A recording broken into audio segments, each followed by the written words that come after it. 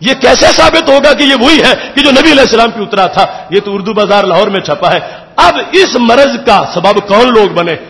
جنہوں نے لوگوں کے گلے سے وہ ضابطے، وہ ہار تقلید کے اتارے اور ان کو بے لگام بنا کے چھوڑ دیا۔ ہر سینہ نشیمن نہیں جبریل امی کا، ہر فکر نہیں طائر فردوس کی صیاد، گو فکر خدا داد سے روشن ہے زمانہ، آزادگی افکار ہے ابلیس کی ایجاد۔ تو یہ آزادگی افکار کا ایک جو فتنہ شروع ہو چکا ہے، اس کے سامنے بھی قرآن و سنت کے آئین سے ہمیں بند باندھنے کی ضرورت ہے۔ اللہ تبارک و تعالی ہم سب کو عمل کی توفیق عطا فرمائے اور صحت و عافیت کے ساتھ رمضان کا استقبال کرنے کی توفیق دے، اور فہم دین کے لیے ہم سب کو اپنا دعوت کا سلسلہ عام کرنا چاہیے۔